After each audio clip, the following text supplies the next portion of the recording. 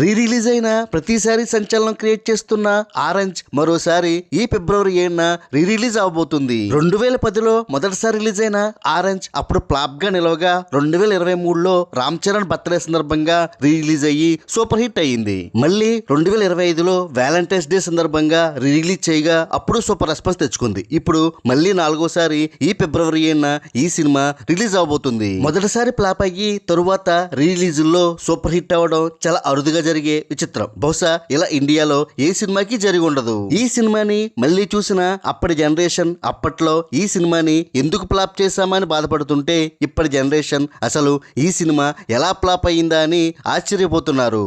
అసలు ఈ సినిమా మొదటిసారి ఎందుకు ఫ్లాప్ అయిందో ఒకసారి చూద్దాం. బొమ్మరీలు భాస్కర్ డైరెక్షన్లో వచ్చిన ఈ క్లాసిక్ లవ్ స్టోరీ అప్పటి జనరేషన్కి బాగా అడ్వాన్స్ అయిపోయింది. అప్పటి జనరేషన్కి ఈ సినిమాలో చూపించిన హీరో క్యారెక్టరైజేషన్ సరిగా అర్థం కాలేదు. హీరో క్యారెక్టరైజేషన్ అప్పటి జనరేషన్ని కొంచెం కన్ఫ్యూజన్ గురిచేసింది. హీరోయిన్ జెనీలియా పెర్ఫార్మెన్స్ కూడా జనాలకి అంతగా నచ్చలేదు.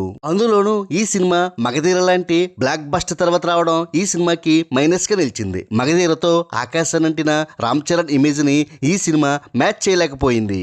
మగధీరతో తిరుగులేని యాక్షన్ హీరోగా ఇమేజ్ ని సంపాదించుకున్న రామ్ చరణ్ ని లవర్ బాయ్ గా ఈ సినిమాలో చూడలేకపోయారు మెగా అభిమానులు. ఇలా ఈ సినిమా మగధీర వెంటనే కాకుండా కొంతకాలం తర్వాత వచ్చి ఉంటే ఈ సినిమా తప్పకుండా బ్లాక్ బస్టర్ అయి ఉండేది. ఈ ఫిబ్రవరి 7న రిలీజ్ అవుతున్న ఈ సినిమాకి హైదరాబాద్ సింగిల్ స్క్రీన్లలో మొదటి రోజు టికెట్స్ అన్ని అప్పుడే సోల్డ్ అవుట్ అయిపోవడం ఈ సినిమాకున్న క్రేజ్ కి నిదర్శనం. ఇలా రిలీజ్ అయిన ప్రతిసారి సంచలనాలు క్రియేట్ చేస్తున్న ఈ సినిమాని కల్ట్ క్లాసిక్ అని పిలుస్తున్నారు సినీ అభిమానులు. ఆరెంజ్ సినిమాకి మీలో ఎంతమంది అభిమానులు ఉన్నారో కామెంట్ చేయండి.